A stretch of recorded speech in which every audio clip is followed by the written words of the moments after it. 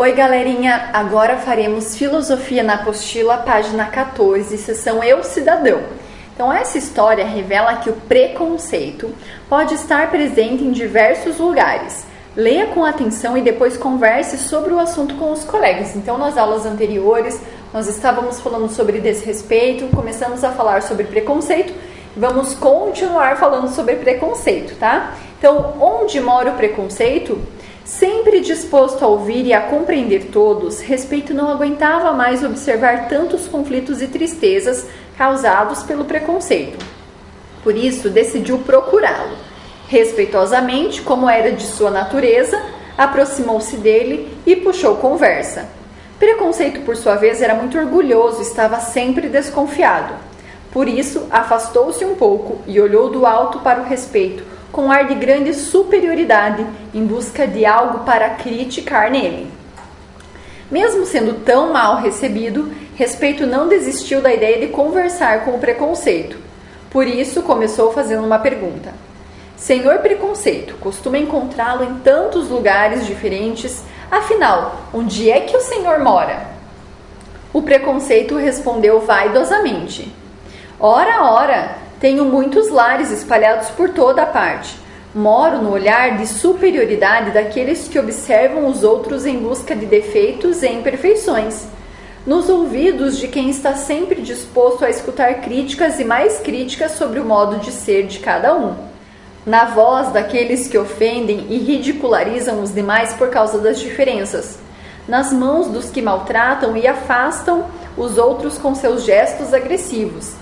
E moro também nos pensamentos de quem julga as pessoas à distância, concluindo que nenhuma delas é boa o bastante.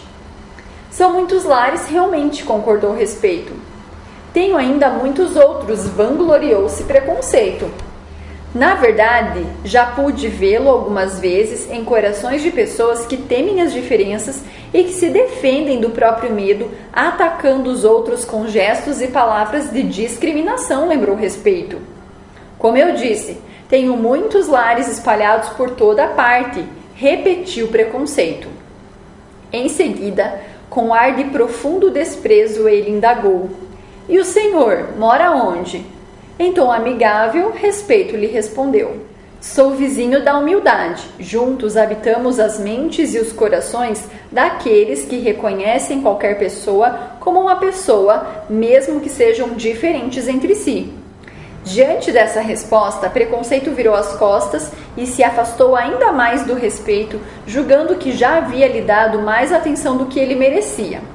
Respeito, por sua vez, seguiu em frente, pensando em maneiras de ajudar as pessoas a entenderem que a vida não seria boa e nem mesmo possível para elas se as diferenças não existissem e todos fossem absolutamente iguais. Número 1. O que mais chamou a sua atenção no texto e o porquê? 2. Escreva se você concorda ou não com essa afirmação do texto. Olha lá. A vida não seria boa e nem mesmo possível para as pessoas se as diferenças não existissem e todos fossem absolutamente iguais. E explique a sua resposta. Você concorda ou não e o porquê? Número 3. Pesquise e anote o significado da palavra discriminação. 4. Pense e converse com os colegas sobre esta pergunta. Como se sente uma pessoa que é discriminada? Como você acha que uma pessoa discriminada sente? E anote as suas conclusões, tá? Hora de filosofar. Pense e converse com os colegas sobre as situações descritas a seguir. Para cada item, observe se houve ou não preconceito da parte de algum dos personagens e explique por que você pensa assim. Então, a gente vai fazer um pouquinho diferente. Eu vou fazer a leitura e vocês vão marcar com caneta marca-texto aquelas que você considera que houve certo preconceito, tá? Então, número 1. Ana pediu para jogar futebol com os meninos, mas eles não aceitaram. Ana insistiu e eles responderam que meninas não sabem jogar futebol. 2. Laura não convidou algumas colegas da escola para sua festa de aniversário porque achava que elas se vestiam muito mal. 3. Pedro não chamou Júlia para brincar porque os dois haviam discutido e ele estava chateado com a menina. 4. Marcos não quis fazer amizade com seu novo vizinho porque só queria ter amigos ricos. 5. Gabriela não quis dividir seu lanche com nenhum de seus colegas. 6. Lucas não gostava do jeito de Paulo.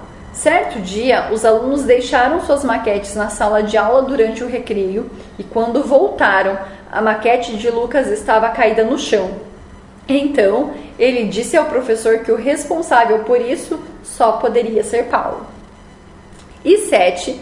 Luiz e Carolina comentaram que Mariana é antipática porque ela é muito calada e está sempre sozinha no recreio.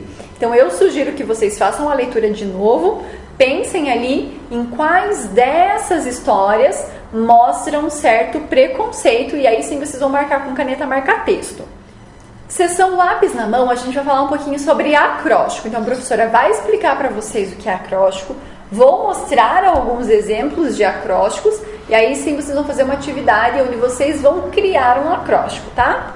Então, acróstico é um gênero textual geralmente poético que consiste em utilizar a primeira ou última letra de cada verso para formar uma palavra. Os acrósticos podem formar nomes de pessoas, como por exemplo, Maria, mais que a minha própria vida, além do que eu sonhei para mim, raio de luz, inspiração, amor, você é assim. Também podemos usar animais, então ali o sapo. Sabia que sou mais bonita? A borboleta disse ainda ao sapo. Pobre batráquio asqueroso, o que você é me causa nojo. Ou podem formar palavras que representam sentimentos, como o amor. Aqui mora o rei do meu coração. Ou pode homenagear eventos, como por exemplo o Natal. Noite de muita paz, amigos presentes, toda a família reunida, a casa cheia, lindo momento de união. Observem que a palavra escolhida e o resto das outras palavras colocadas nesse acróstico, elas fazem uma combinação, então falam sobre aquela certa palavra, tá? Então na atividade número 1 diz assim, elabore um acróstico relacionado à ideia de preconceito. Esta palavra está escrita no sentido vertical.